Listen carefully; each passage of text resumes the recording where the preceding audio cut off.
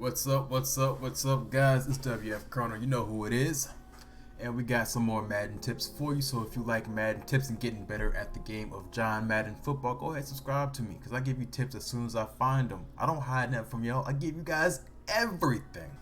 So let's get into it. This is part 3 of the mini scheme from the Kansas City Chiefs offensive playbook, the gun wide trips offset weak formation. We're going to take a look at the PA read. This is a good play that can attack the defense in many different ways. So I'm going to show you guys how it attacks different coverages. We're going to start off in cover 3.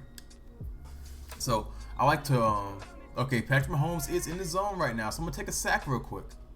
You know, I don't want Patrick Mahomes having bazooka to, sway your guys' minds about the effectiveness of this play. So, first things first, run this play on the right hash.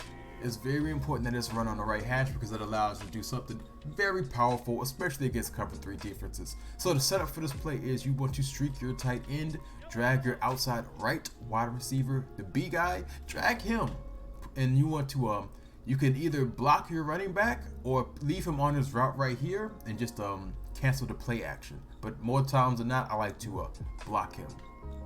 So this is what the play looks like after everything is set up. So you have a lot of action going up in the middle of the field, which it's very good against cover 2 and cover 3, especially in the middle of the field, which is why I really love it. And you got some man beating routes as well. You got a comeback route on the left side, you got a drag by B, and you got Tyreek Hill on his deeper crossing route. So there's a lot of options. So like I said, we got cover 3 on the field right here. We'll take a look at how this play affects that.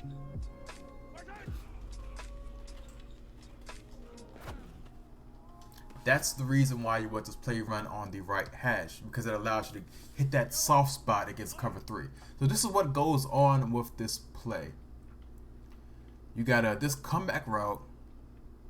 He holds this corner to a certain degree, allowing even more space for this receiver to get open across the middle. This tight end that's on the streak, he holds the safety to the best of his ability on this right hash, which kind of pulls him deep a little bit, which helps give this void some more room to get this catch off. And you also have a high-low over the middle of the field. So let's say this guy, he has to choose between, does he take the deep crosser or does he take this drag? So all in all, against cover 3 defense, the middle of the field is really tested. So you're going to have a player, either the drag or this deep crosser, available no matter what.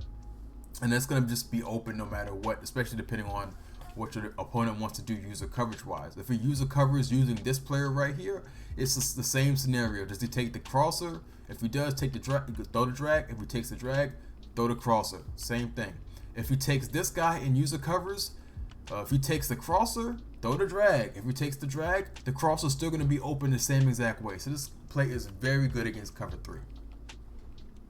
Take a look against cover 2. As you guys see, cover 2 on the field. Same exact setup. A great thing is, like, once you look and you snap the ball, you'll be able to read the defense and just be able to read cover 2 right away.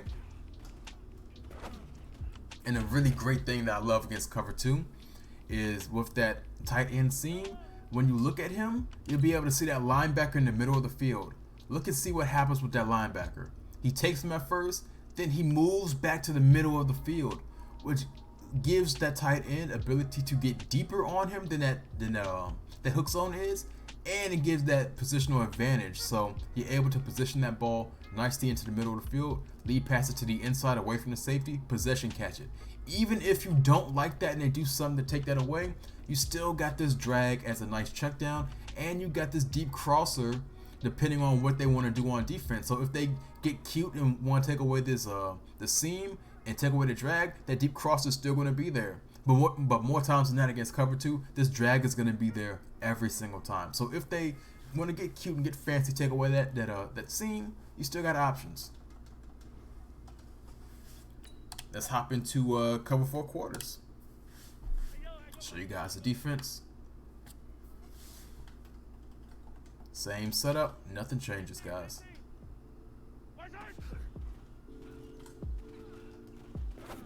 Another big play potential. Cover 4 quarters, A big tell when you see cover 4 quarters is the fact that everything looks a little chaotic at first.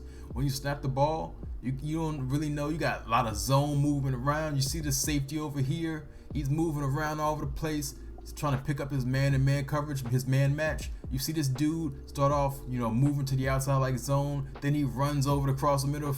A lot of things are going on. So that's how you really know it's cover 4 quarters. But stay calm. Just realize you have high-lows over the middle of the field. Make things simple for yourself. Understand what's going on. They're going to have to make a decision either way. No matter what defense they're in, if they're in any kind of zone man-match situations, you have high-lows. So you still got the same situation. If the linebackers take the drag, really this drag is still open. You can throw this drag for about 4 or 5 yard gain if you wanted to. But obviously I want to show you guys the bigger play potential in it. Cover 4 quarters, you're able to get this deep crosser off. Not only that, you have a comeback route, so you still have that at your disposal. If you don't feel comfortable throwing this deep crosser, which sometimes you're not always going to feel comfortable throwing it, so you always have this in your back pocket. You always got the drag in your back pocket, so you have options no matter what if they're in cover 4 quarters. Now let's take a look at man coverage real quick, because everyone always wants to see a little bit of man, how things work. So I'm not going to necessarily throw this ball, but I'm just going to show you guys the routes that you have available to you. Again, same exact setup. So I'm just going to take a sec and show you guys the routes that are available to you in man coverage.